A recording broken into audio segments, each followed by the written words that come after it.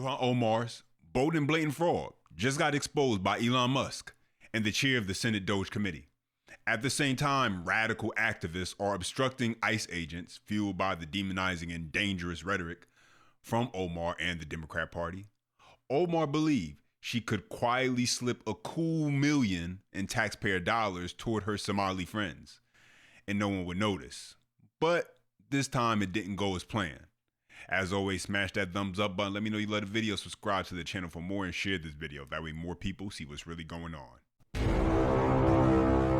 But first, here's President Trump announcing that the Trump administration will be creating a new division within the DOJ, a legal strike force aimed at prosecuting and imprisoning political or public officials connected to fraud. Take a listen. Last week, we announced that I'm creating a brand new division at the Department of Justice, a legal strike force led by a really tough, smart new Attorney General for fraud. He's a fantastic young guy. He's so impassioned to do this properly. We intend to imprison any fraudster, politician, or public official involved in these sick plots to loot and pillage our country. Think of that Ilhan Omar. But think of it, she comes from a country with nothing, and she comes here and she tells us about our Constitution. I have a constitutional right to rip off the country. I guess she's a total scam artist. Anybody knows it. How do you let her get away with it? AOC +3. She was one of the three. Yes, and that's the only way you're going to be able to end fraud on that level is by having political or public officials who are associated with, who are connected to the fraud, who allow it, who participate in it, have them suffer the consequences of their actions. And as the president mentioned, they just might start with Ilhan Omar because with the massive amount of fraud taking place in Minnesota, Ilhan Omar thought she could continue doing business as usual. That's why in a bill, she attempted to sneak $1 million spending package for a Somali nonprofit into the legislation. Take a listen. I want to talk about fraud in Minnesota. I believe you've uncovered something new. You are the chair of the Senate Doge Committee. What have you got uncovered? Yes, absolutely, Stuart. There is a ton of fraud in Minnesota and many other states. But what I uncovered the other day in one of our spending bills making its way through Congress was a $1 million earmark from Representative Ilhan Omar of Minnesota, which was an earmark that was supposedly going to a substance abuse clinic, which actually happened to be housed in a restaurant and run by 3 individuals that share the same residential address, according to their IRS paperwork. Tons of red flags. So this is what we saw with the fraud involving the daycare centers. Now we see other earmarks coming directly from members of Congress where it seems fraud is being perpetrated as well. So I raised the issue, and fortunately, the House has now stripped that earmark out of that spending bill. But again, this is how easy money has been flowing to bad actors in Minnesota. Exactly. And this is what makes the situation so striking. Even with all eyes on Minnesota, Ilhan Omar still appeared to operate as if business could continue as usual. She believed she could steer taxpayer dollars towards a nonprofit run by her friends Abdurrahman Warsami and Kador Abi without drawing attention. Now, Democrats rebranded earmarks which were banned under Republican leadership for more than a decade in 2021 as community project funding. And in a post Elon Musk posted on X, he explained this has been happening for years. Ilhan Omar is the most obvious example.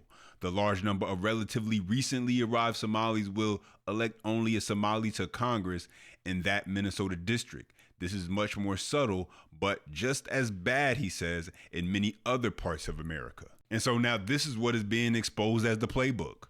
Step 1, incentivizing illegal immigration by vastly expanding welfare and giving it to non-citizens. Step 2, keep borders open. Step 3, create fast tracks for asylum to citizenship, allow mail-in ballots, and eliminate photo IDs for voting.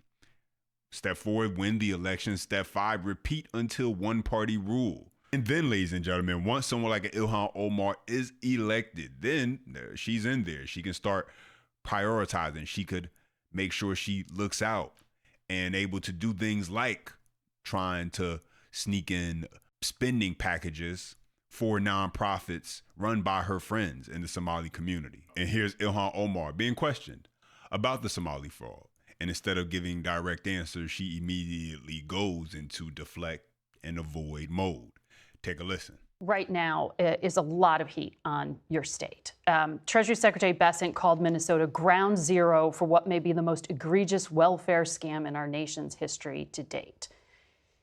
85 of the 98 people who were charged by the Justice Department with this welfare scheme are Somali.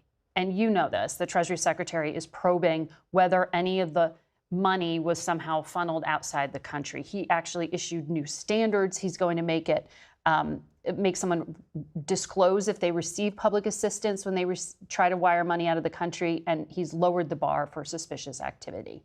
What is the practical impact of doing that in the community? It's just creating fear. What they are doing is creating confusion, chaos, trying to intimidate people from being able to exercise their regular, normal activities that they would. There is no justification in any of the things that they say. Yeah, except there is justification. When you have fraud that has been allowed to run so wild that is estimated to be $9 billion in stolen taxpayer money. At that point, a new system, a new way of doing things is required. You can't just continue with business as usual like Omar wants to do, because that's exactly how the fraud was allowed to happen in the first place.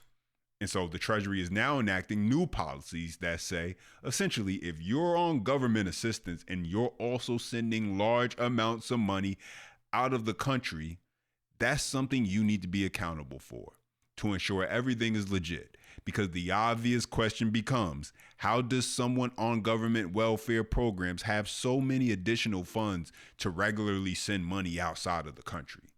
But let's hear how she responds when questioned about the Quality Clearing Center and the massive fraud. Take a listen. Because the administration and many conservative allies of the administration argue that this is still ongoing. There was that conservative influencer who went out and posted this video that went viral alleging that daycare facilities were pocketing public funds. Yeah, and as you know, he went hours where these businesses were not operating. Yep, CBS went out and did its own again investigation. creates the level of confusion and chaos that is not necessary in a moment when we are trying to deal with a serious problem that needs serious people to be able to address it. But do you think there was no recorded evidence of fraud according to the CBS investigation that was conducted? But Governor Walz did choose to not run for re-election. He dropped out of the race because of all of this. Because he wants to focus on defending our state and not defending a seat. Do you think there has been a sufficient level of accountability and ownership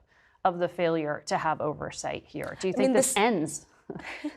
That is what we want. We want to collaboratively work with the administration to try to make sure that there is no fraud that's being perpetuated on our state. Once again, Ilhan Omar is spreading misinformation, not by accident either, but because her primary allegiance is clear to the Somali community. The same Quality Clearing Center that claimed no fraud was found after they were actually closed originally. Then later they said they were open again. Now they're officially closed again after putting on a performance, bussing kids in for the media to try to counter what the public had already seen when Nick Shirley exposed what was really happening.